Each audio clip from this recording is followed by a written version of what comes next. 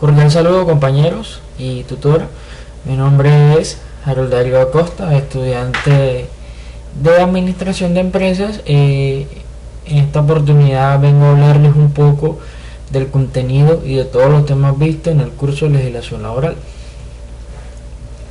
Como les comentaba, mi nombre es Harold Acosta, pertenezco al grupo 166 y en esta noche vengo a hablarles un poco de los capítulos 4 y 5 del curso de Legislación Laboral.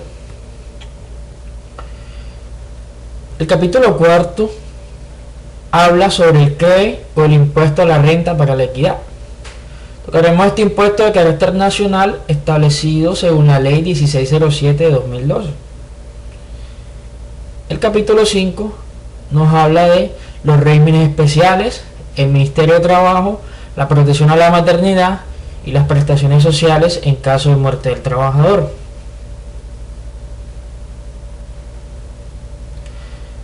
Dentro de esta presentación tendremos la sustentación o aportes que nos dejó la realización del trabajo colaborativo 1 e igual aquellos aportes que nos dejó la realización del trabajo colaborativo 2.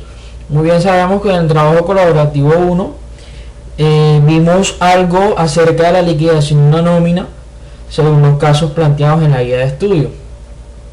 Para el trabajo colaborativo 2 tuvimos un caso en estudio muy interesante de una empresa chilena con labores en Colombia que estaba marginando la legislación laboral colombiana y estaban haciendo, como se dice vulgarmente, lo que ellos querían con los trabajadores. Pasamos al desarrollo del capítulo 4 y empezamos preguntándonos qué será el impuesto del CREE o el impuesto a la renta para la equidad. Bueno, es un impuesto nacional creado a partir del 1 de enero de 2013 como aporte de las sociedades y personas jurídicas asimiladas en beneficio de los trabajadores, la generación de empleo y la inversión social. Entonces, esto es un impuesto cuyos dineros obtenidos van destinados al beneficio de todos los trabajadores, buscan generación de empleo y la inversión social en nuestro país. Causas. ¿Por qué se causa el impuesto? Bueno, compañeros, este impuesto se causa por la obtención de ingresos susceptibles que aumentan el patrimonio. Todos aquellos ingresos operacionales o no operacionales que obtenga la empresa y que aumenten su patrimonio. Es decir, si en el año 2010 la empresa tuvo un patrimonio de 20 pesos y en el año 2011 la empresa tuvo un patrimonio de 40 pesos, quiere decir que su patrimonio aumentó 20 pesos. Esta empresa tiene que declarar este impuesto y tiene que pagar este impuesto. Como todo impuesto, el impuesto del CREE tiene una tarifa. La tarifa inicialmente para el año 2013, 2014 y 2015 será del 9% y para los años siguientes será de un 8%. Es decir, la del 9% es transitoria mientras el impuesto inicia y luego pasará a un porcentaje de 8%.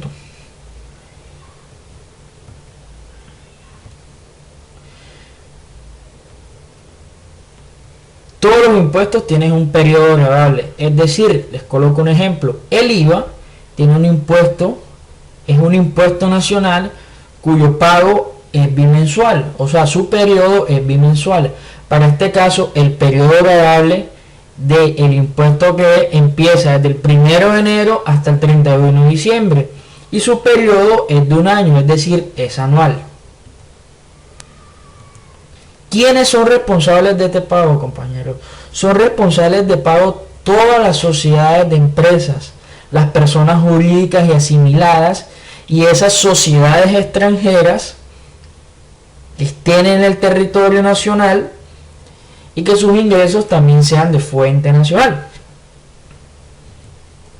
Pero así como es responsable del pago del impuesto, hay personas que no son responsables de este pago. ¿Quiénes no deben pagar este impuesto? Entonces tenemos las personas o empresas o entidades sin ánimo de lucro, las personas naturales o aquellas sociedades que se hayan declarado como zona franca o que hubiesen radicado su solicitud como zona franca a 31 de diciembre de 2002. Como les mencionaba, compañeros y tutora, el hecho generador de este impuesto es la obtención de dineros que aumenten el patrimonio.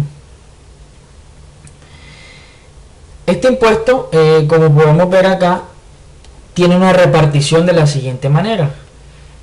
Es de 1.4% para el SENA, 2.2% para el ICBF y 4.4% para la salud.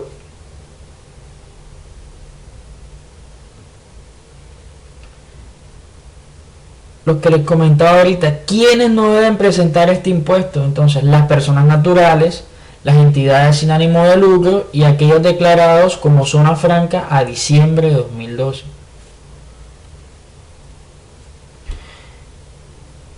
Este impuesto es interesante porque está muy planificado. Ejemplo de esto es la distribución que se hará para el año 2015.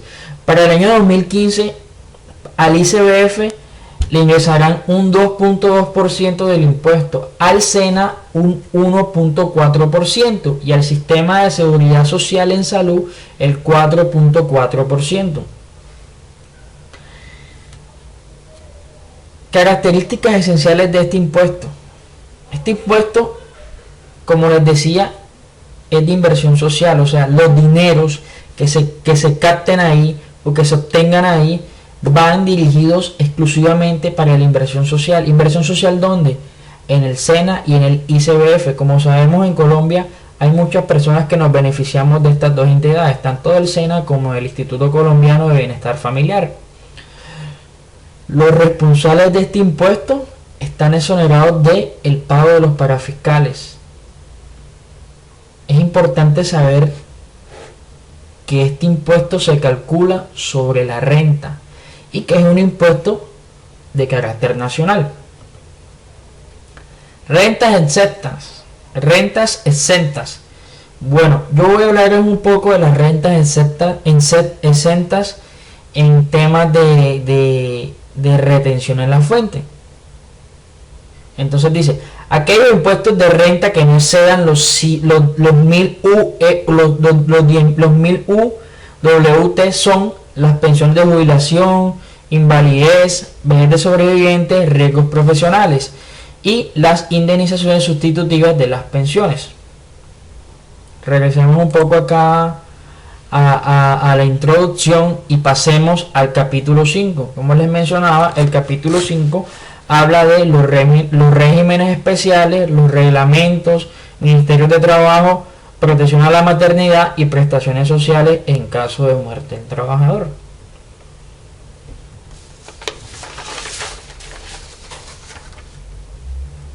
Pasemos un poco allá al capítulo 5. El desarrollo del capítulo 5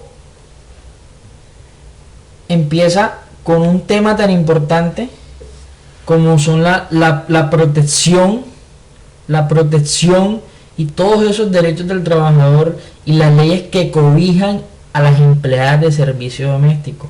Ojo, muy importante, en Colombia se tienen a las empleadas de servicio doméstico como lo que sea, se les paga lo que sea y nunca se les prestan atención. Y ojo, estas empleadas tienen muchos derechos y a todas las cosas como un empleado normal y son de suma importancia, y actualmente en Colombia se vienen presentando múltiples demandas en casos de empleadas de servicio doméstico.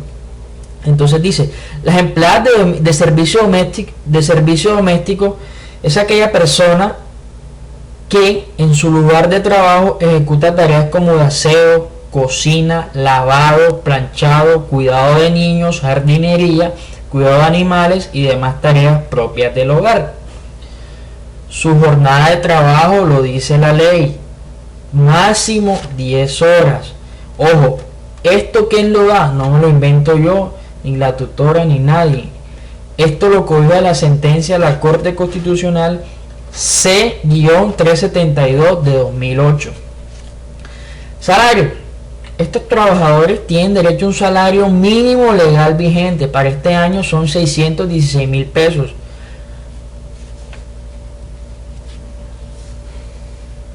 Tienen prestación a su auxilio de transporte normal, a sus 72.000 pesos. Tienen derecho a sus prestaciones sociales, tienen derecho a cesantía, a calzado y ropa de labor, licencia de maternidad como la estipula la ley. Hay algo bien importante que hay que tener en cuenta con las empleadas de servicio doméstico. A lo único que no tienen derecho es a prima de servicios. Y les explico por qué. Las primas de servicio las pagan las empresas de esas utilidades que ganan o que generan durante todo el año. En una casa no se genera ningún tipo de utilidades. Por tal motivo, las empleadas de servicio o empleados de servicio no tienen derecho a las primas de servicio. En términos de seguridad social, las empleadas domésticos tienen derecho a una afiliación a salud, a una ARL, a pensión, a todos los temas de seguridad social. Es importante.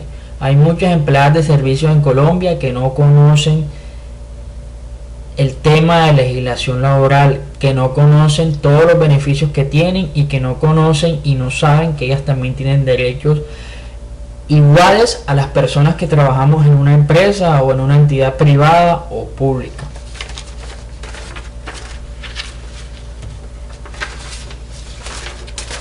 Tienen igual derecho a sus 15 días hábiles de vacaciones. Es importante saber qué trabajadores no se consideran del servicio doméstico. Entonces, son aquellos empleados que no cumplen las funciones domésticas estipuladas anteriormente. Aquellas funciones que les comentaba son personas que ejecutan tareas de aseo, de cocina, de lavado, de planchado, cuidados de niños, cuidados de animales y demás tareas que son propias del hogar. ¿Qué aspectos claves se deben de tener en cuenta a la hora de hacer un contrato con un trabajador de servicio doméstico? Entonces es importante que se pueda hacer de forma verbal, que son la mayoría de casos, y se puede hacer de forma escrita. Es importante la índole del trabajo y el sitio donde se van a realizar sus actividades. Es importante que se aclare la remuneración, como ya les dije, no puede ser menos de un salario mínimo legal vigente. Tienen que tener la disposición de salario, tienen que tener una duración de contrato y todas sus prestaciones sociales y económicas en caso de accidente laboral. Tienen que tener su licencia por maternidad remunerada con el salario que devengue al entrar después de su periodo de vacaciones. Igual las cubre la ley de protección a la maternidad y no pueden ser despedidas por ningún motivo. Están en embarazo. Otros tipos de empleados que entran en el tema de regímenes especiales son los choferes de servicio familiar. No existe una clara definición del chofer de servicio familiar, pero se puede determinar que su labor es sencilla, es aquel que conduce los vehículos en una familia, pero al igual tiene todos sus derechos, tiene derecho a su seguridad social, a sus cesantías, a sus vacaciones, a su ministro de trabajo. Ojo, en Colombia se piensa que porque es un chofer, que porque es un empleado de servicio doméstico, a estos no los coge la ley, y muchas personas están equivocadas y muchas personas desconocen que para este tipo de empleados que les estoy hablando, considerados como regímenes especiales, también los cobija la ley y también los cobija la legislación laboral colombiana. A los trabajadores de la construcción también, estos trabajadores tienen derecho a todo, a su seguridad social, a sus cesantías, a sus vacaciones y a su suministro de trabajo, igual que la empleada de servicio doméstico, igual que a los choferes. Tienen todos los derechos estipulados por la legislación laboral colombiana, y muchas veces estos trabajadores de la construcción se les viola sus derechos. ¿Por qué? Porque su patrón o su empleador desconoce de estos temas. E igual que ellos, también desconocen su derecho y no lo hacen cumplir. Es importante saber que a estos trabajadores se les debe respetar los siguientes derechos. Tienen los mismos derechos iguales como si estuviéramos en una empresa. Tienen derecho a libertad de asociación, a libertad sindical, eliminación de todas las formas de trabajo forzoso o obligatorio, abolición efectiva del trabajo infantil, eliminación de la discriminación en materia de empleo y ocupación. Algo muy importante y que se ve bastante ahora en nuestro país es el trabajo de los menores. Para uno ser para uno ser trabajador de una empresa tiene que tener como mínimo 18 años, que en Colombia eso es la mayoría de edad.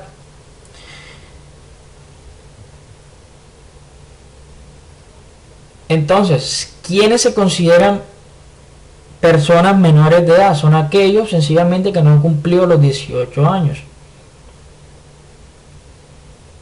Presunción del contrato de trabajo con los menores. Actividades que su desarrollo está orientado a la no explotación. Entonces todo eso tiene que venir con una autorización para trabajar para adolescentes.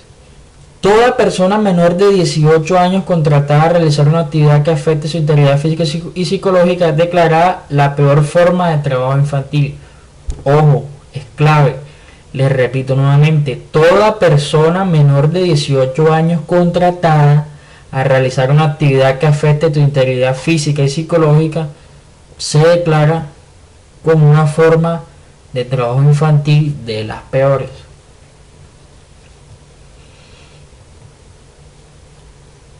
Vámonos a un punto clave acá ahora mismo en Colombia: la protección a la maternidad.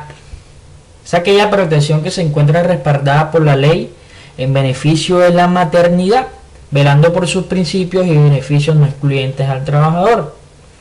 Dentro de esto es un tema clave porque muchas madres embarazadas en Colombia no saben que existe una ley que las cobija y que las protege enormemente de todo. Es una ley que las vuelve casi que intocables y es muy difícil de que las puedan despedir. Entonces es importante conocer qué es la protección a la maternidad. Repetimos nuevamente, es una protección que se encuentra respaldada por la ley. O sea, miren, respaldada por la ley. No es que, como les digo, se lo inventó la tutora o me lo inventé yo. Es un respaldo que tiene la ley y que le da el beneficio a la madre de velar por sus principios y beneficios no excluyentes al trabajador.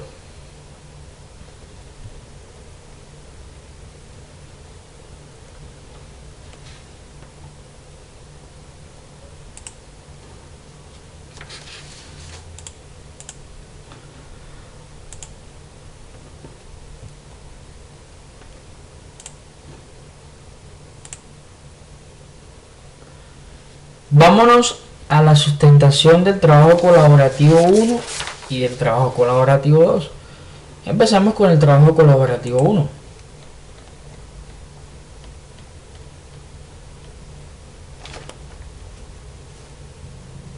Esperamos un poco que está cargando la nómina para poder comentarle a ustedes la importancia y la experiencia personal vivida con este trabajo colaborativo 1.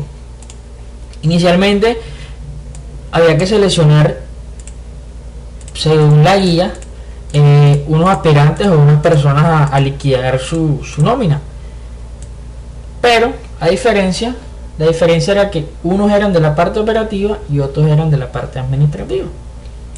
Sencillamente era liquidar su nómina.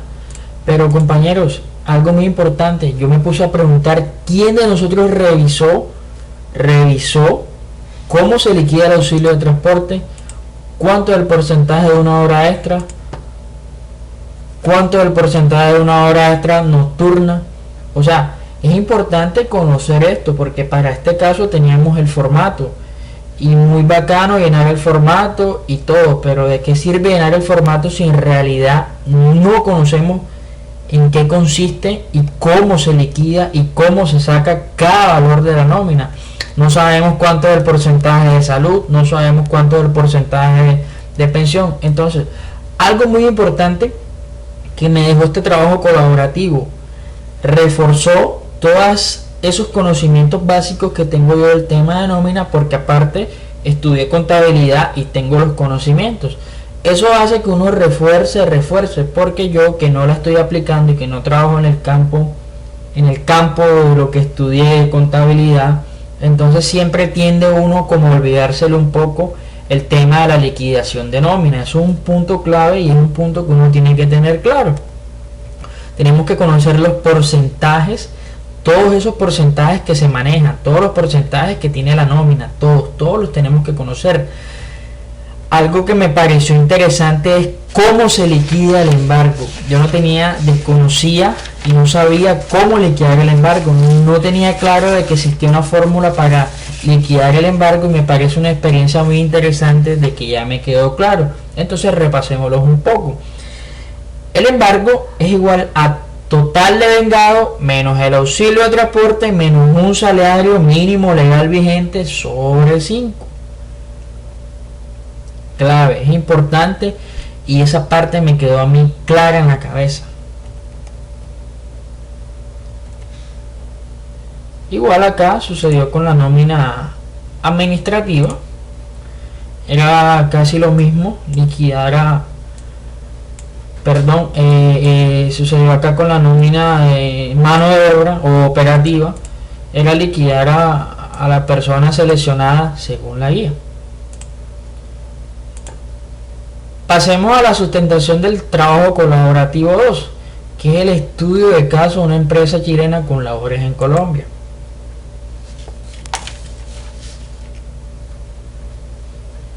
Veremos un poco que abra el trabajo para contarles esa experiencia que me ha dejado la elaboración de este trabajo colaborativo. Es muy importante porque es un caso de esos que suceden mucho en nuestro país. Estamos en la globalización empresarial y muchos extranjeros están llegando a nuestro país a desarrollar sus empresas o expandir sus empresas. Pero algo muy importante y algo que siempre tienen que tener en cuenta es que están en Colombia, están en un país que tiene leyes, están en un país que tiene una legislación laboral y que tienen que respetarla siempre.